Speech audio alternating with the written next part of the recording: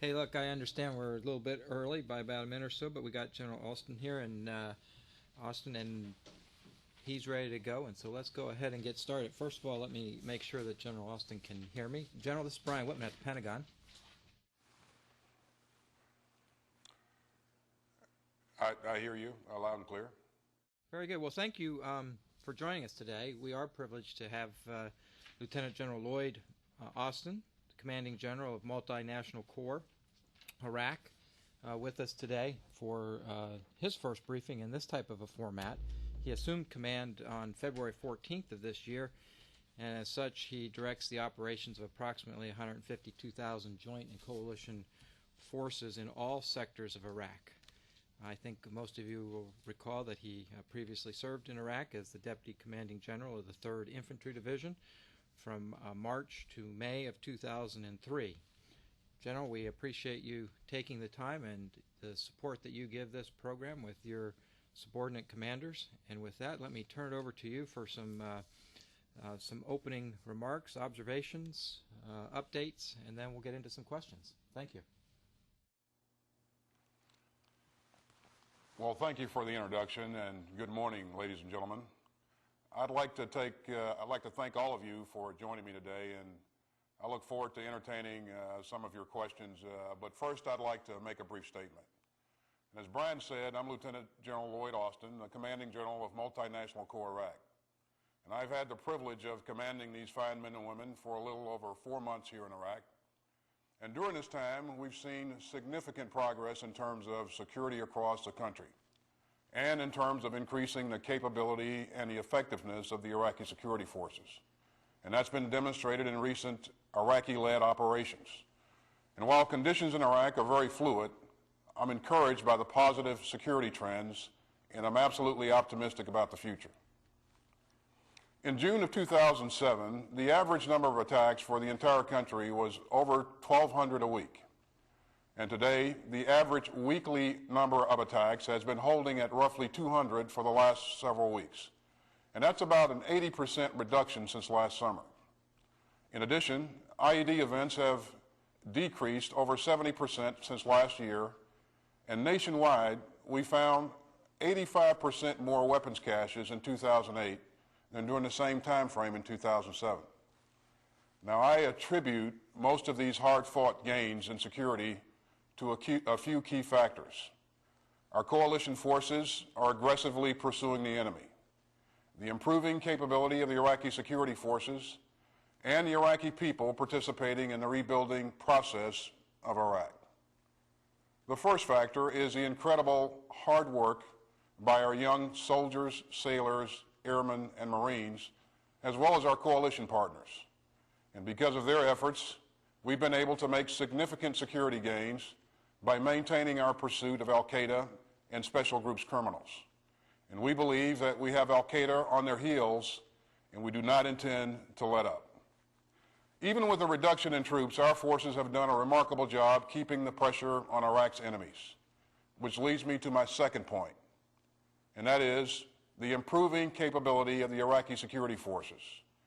They are continually taking the lead in Iraqi conceived, Iraqi planned, and Iraqi executed operations. And since I arrived here, I've seen the Iraqi security forces conduct both offensive and stability operations.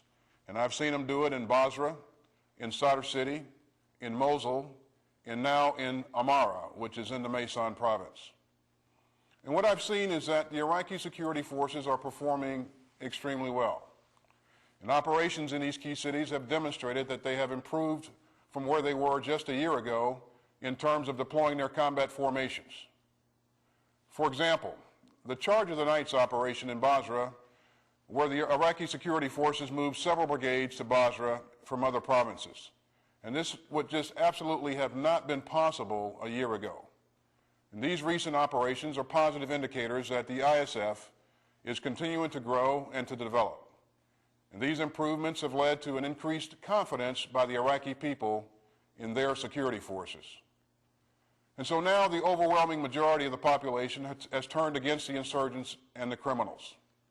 Iraqis understand that al-Qaeda and outside influences are not in the best interest of their country. And our detainee release program demonstrates that the coalition is committed to the welfare of the Iraqi population and to reconciliation. And we partnered with the Iraqis in our reintegration efforts with the detainees that no longer pose a threat to the public. And over the past 7 months, we've been able to reduce the total detainee population by roughly 4,000. And this has allowed us to cancel the request for deployment orders of some 300 military police and associated personnel. In addition, the Sons of Iraq program that developed from the Sunni Awakening movement has helped tremendously. It has helped in denying safe haven to the extremist groups and have assisted our coalition forces and our Iraqi partners in securing neighborhoods in previously contested areas. Al-Qaeda has been pushed out of Baghdad and other strategic population centers. And now the Iraqi security forces are leading operations against them in Mosul. And we're working with the Iraqis to support their efforts. And we continue to aggressively pursue Al-Qaeda and to take away their safe havens and to close off all their escape routes when they try to flee. And so today, I want to highlight just some of the recent successes that our forces have achieved in Mosul. On Friday, coalition forces conducted an operation that resulted in the detention of 12 Al-Qaeda terrorists, including one individual assessed to be operating as the security emir for East Mosul. On Saturday, coalition forces captured 2 suspected West Mosul Al-Qaeda cell leaders, one of whom is thought to be in charge of the car bombing network for that area. And on Sunday, our forces captured an individual that we assessed to have been acting as Al-Qaeda's emir for all of eastern Mosul. And we believe he's directly responsible for multiple car bombings and mortar attacks. And finally, just today, coalition forces conducted a precision operation that resulted in capturing a man who allegedly acted as a senior advisor to Al-Qaeda's illegal court in Mosul. And this court has issued death sentences and attempted to impose extremist ideologies on the Iraqi people, who have increasingly rejected such hatred and division. And while the improved security is a great achievement, we clearly understand that our progress is fragile, and we continue to work to make this progress irreversible.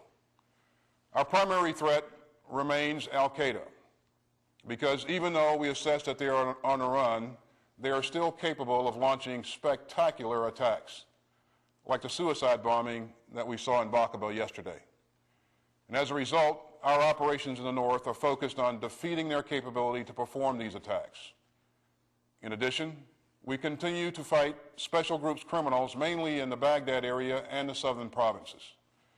And as we go forward this year, we will continue to assist the Iraqi security forces in professionalizing their formations and in developing a self-sustaining capability.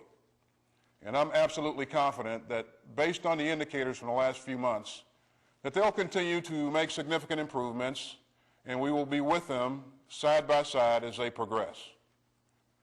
In closing, let me say that I see a tremendous amount of potential for the future of Iraq. And the Multinational Corps Iraq is committed to working with the government of Iraq and the Iraqi security forces in providing sustainable security for the population. And finally, I'd like to say that I continue to be in awe of the performance of our soldiers, sailors, airmen, and Marines, as well as our coalition partners. And I am truly inspired by the motivation of our young servicemen and women who every day are on point, walking the streets, and helping to improve the lives of Iraqis. And they are indeed creating a return to normalcy. I know that we will face some tough challenges in the future, but I'm confident that the coalition and our Iraqi partners will together prevail. So thank you very much, and now I'm ready to take a few of your questions. Well, thank you for that overview, and we do have plenty of questions here, so we'll get started with Kristen. Sir, this is Kristen Roberts with Reuters. Can you please characterize for us the scope of Prime Minister Maliki's crackdown on Shiite militias? The complaint heard both where you are and where we are is that the crackdown is only targeted Sadr's people. Can you speak to this? Well, thanks.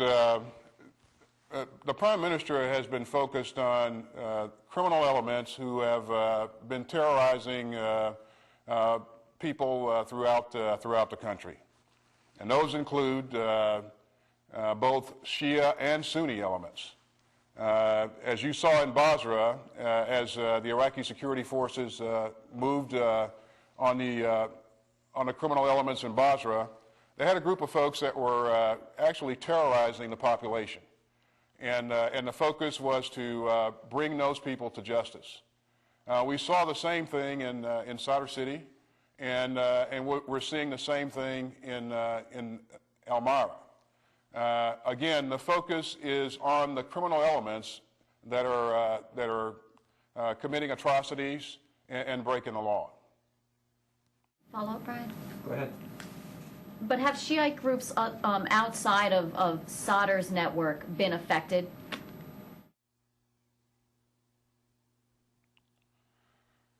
Well, it's difficult to say how much one group has been affected or not affected. Again, he is not focused on the Sadrist. He is focused on those elements that are breaking the law. And I'm sure that if we look, we'll find elements that span the spectrum. Tom, go ahead. General, it's Tom Bowman with National Public Radio. If we could stay in Sadr for a second. As you know, he started a new political organization, and it also has an armed element that's designed to target Americans. I'm wondering, how much of a threat do you think this is? Well, it's hard to say because we've not seen evidence of this element to date appear. We know that the statement was made, but certainly we've not seen any clear indication that the element exists as we speak. But certainly that's a thing that we'll remain on the lookout for. How much of a threat is Sadr himself for creating this armed element designed to target Americans? I'm sorry, I missed part of your question. How much of a threat is Sadr himself for creating this group that's aimed to target U.S. troops? Well, again, we've not seen this element appear, so to date, I can't say that there really is a threat. I know that that's what's been said, but there is no evidence of an existence of such an element. General Julian Barnes from the Los Angeles Times. You expressed some confidence that the Iraqi security forces are getting better. Are there specific areas of the country that you are ready to put U.S. forces into an overwatch role and give the day-to-day operations to the Iraqi forces? And where do you think that will happen first within the country? Well, there are no areas that we can that we would be willing to separate out right now to dedicate specifically to the Iraqi security forces. We are working hand in hand with our coalition partners in all parts of the country. They have improved significantly, but we've been clear about saying that they're not there yet. There are still some things that need to be done, and those things include developing combat enablers that will enable them to do things like call for and adjust fires and integrate those fires into their formation, support themselves logistically, use their own intelligence, surveillance, and reconnaissance assets to create intelligence, and then be able to use that intelligence to plan operations. So there's some work to be done yet. And again, we have a ways to go before we can say that we have elements that are fully able to stand on their own. Now, having said that, there are some very capable Iraqi divisions in the formation to date. Example, the 8th Division commanded by Major General Uthman. It is an extremely capable division, but again, none of the divisions have their full complement of combat enablers at this point. Follow-up? General Jim Miklashevsky with NBC. Given the level of progress that you cited here today in the decrease in violence, the improvement in the capabilities of the Iraqi forces, and what sounds like a high degree of optimism on your part, do you believe it will be possible to withdraw additional American forces beyond the surge brigades later this year, even perhaps to bring it down to that 100,000 level that had been an arbitrary target sometime earlier? Well, thanks. Great question. You know, we've been clear in everything that we've said in terms of our assessment of the Iraqi security forces and the security situation on the ground, that the current level of security is somewhat fragile, and so we remain optimistic, but we recognize that it is indeed fragile. General Petraeus has also been clear that, you know, after the last surge brigade departs, there'll be a time of consolidation and assessment, and after that time, he'll make a recommendation to the Secretary and the Chairman on whether or not he feels that additional drawdown is appropriate. But again, that will depend on those conditions, on the conditions on the ground at that point in time. And we expect that he'll probably make that assessment in late August, early September. What would be your recommendation at this point? Well, again, my recommendation to him at that point in time will be based upon the threat as it exists at that point in time, the capability of the Iraqi security forces, and also, you know, the amount of force that we have on the ground, our forces that are, you know, where they're positioned, and whether or not we're properly addressing the threat. But it's really a combination of assessing the threat and assessing the capability of the Iraqi security forces at that point in time. Let's get this part of the room. Go Barbara, and then David, and over to General Austin, Barbara Starr from CNN. Two quick questions, if I might. To what extent do you really believe the militias, the special groups, the insurgents, the fighters, have truly been defeated in places like Basra and Mosul and Amara, or have they simply cut deals with the Maliki government, faded away for a while, to fight another day? And secondly, your statement that al-Qaeda remains the primary threat, I don't think we've really heard that in a while. Is there something new beyond the spectacular attacks? Are you seeing new levels of support or communication or financing with al-Qaeda Central in Pakistan, if you will? What leads you to say primary threat? Well, thanks, Barbara. It's good to talk to you again. It's been a while since Afghanistan. And you must be really special because you got two questions versus one. But on the first question, Barbara, you know, I don't think we ever said that we believe that the special groups criminals were defeated.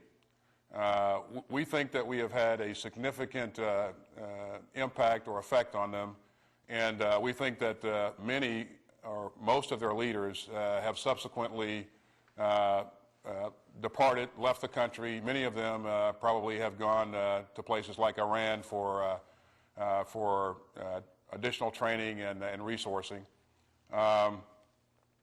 But even though we're not declaring defeat against the special groups criminals right now, I will tell you that every day that they're not fighting us is a day that we're getting stronger.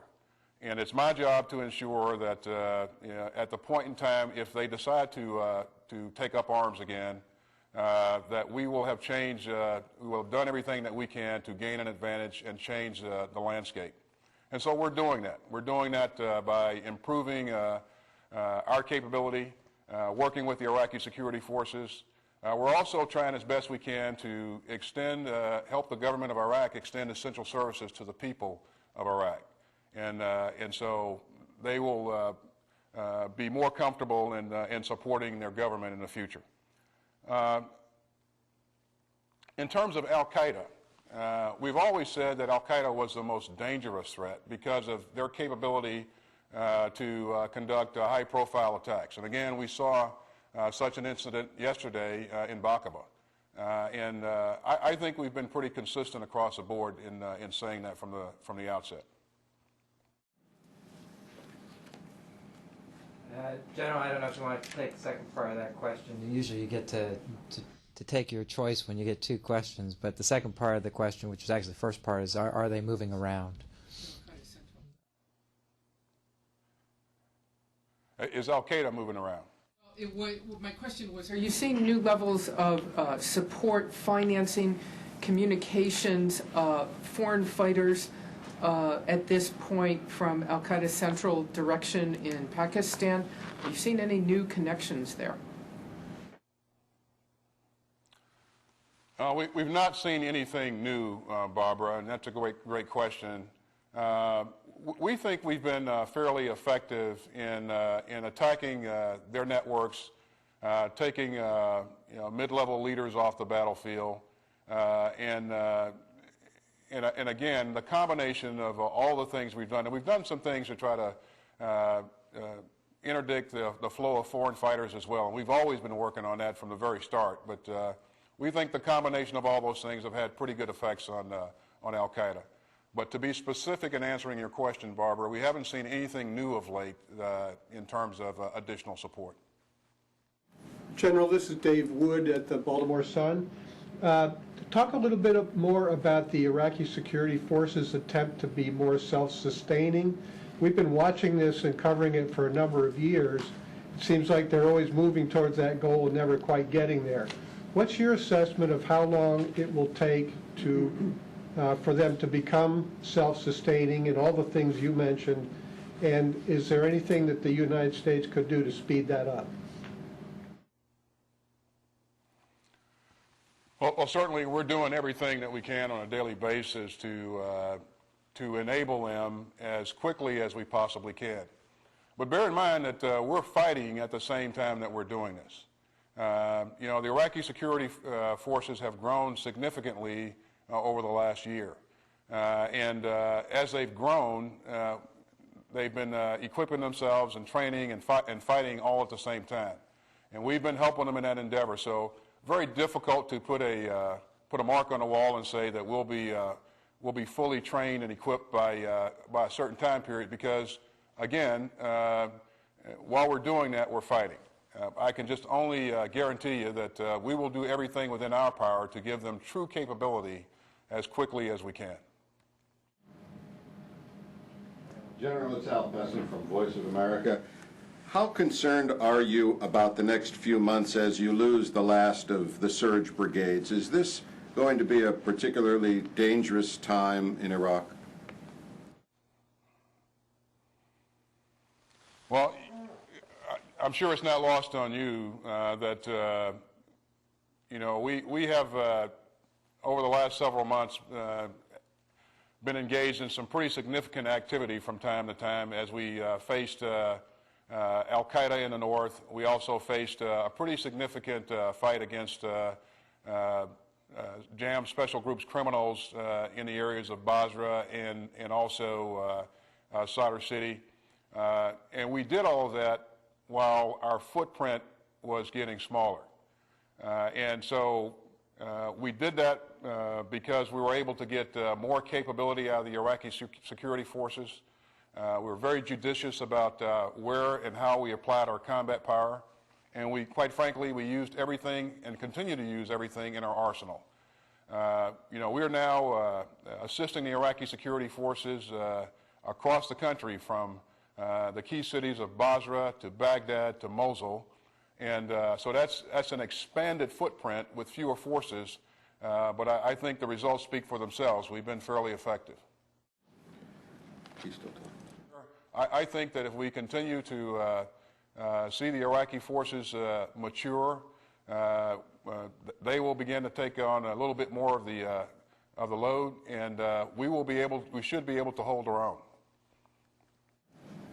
All right, let's go to Pauline and then Ken. Sir, it's Pauline Jelinek of the Associated Press. Can you give us your assessment of what you see going on in Diyala province? And is it fair to view it as one of those places where you thinned out U.S. troops a little bit and then things got worse? I'm sorry, I didn't hear the last... Use it as an example of one of those places where you thought you could thin out troops, you did so, and then things got worse. Well, I wouldn't be willing to say that things got worse in Diala. You know, I think that if you look at what's transpired in Diala, we've made significant improvements over time. You know, you go back a year ago and you couldn't go to Diala unless, I mean, you had to fight your way in to get into Diala. That is certainly not the case now. You know, we're working with the provincial government there to make improvements on a daily basis. We fully recognize, though, that as we press on other parts of the country, for example, Mosul, that, and as we're successful up there, that what al-Qaeda has demonstrated in the past is that they will migrate to places that they've been before. And certainly we expect to see that see them try to get back into Diala or get back into some other places that they've been before. And we're pretty hard against not allowing that to happen. And so we're watching all the things that are ongoing throughout the country. Certainly Diala is a place that will remain of interest, an area of interest for us. And I fully anticipate that things will continue to improve. Do you see a lot of the additional recent activity in Diala as people migrating back, or you don't see a lot of that happening? It does appear to be that there's more activity there in recent months. Well, I think what you'll find in every part of the country is that you'll see ebb and flow of activity. And certainly I'm not willing to say that there's a sustained trend of increased al-Qaeda activity in Diala. We certainly watch the trends on a daily basis. And we recognize that Diala is one of those places where a number of elements come together. You know, you have Sunni there, you have Shia there, and you have a Kurdish influence that's close by, and also it's fairly close to the Iranian border. So a number of elements can come together. It is an important area to us, and it's an area that I, as a commander, will certainly keep my eye on. Ken. General, it's Ken Fireman from Bloomberg News. I'd like to go back to the question of the Iraqi security forces and their capabilities. What we've heard from a number of U.S. commanders over a period of time has been that the greatest limiting factor on the ISF is their weaknesses in logistics and supply, their inability to develop an infrastructure that can support their troops in the field, supply them, and provide logistical support. Is that still a major problem? Is that getting better? Are they showing any evidence of curing those problems, or is that still a major limiting factor on them? That's a great question, and it's one that I certainly returned to the theater focused on, an issue that I returned focused on. One of the things that we set out to do early on was to work to improve the Iraqi security force logistics system or help them improve their system. And I think we've been fairly successful since we came on board. It was an area of emphasis for our entire command. I asked all of my commanders to partner with the Iraqi forces to help them make their system work. And it's important that we focus on making their system work versus making them adapt a system that we think is right for them. And that's been very successful for us. What you've witnessed in recent days is that they deployed themselves to Basra, which was a significant movement. They resupplied themselves there, and they actually learned from that as well. And so when they deployed to Mosul, it was almost a seamless operation.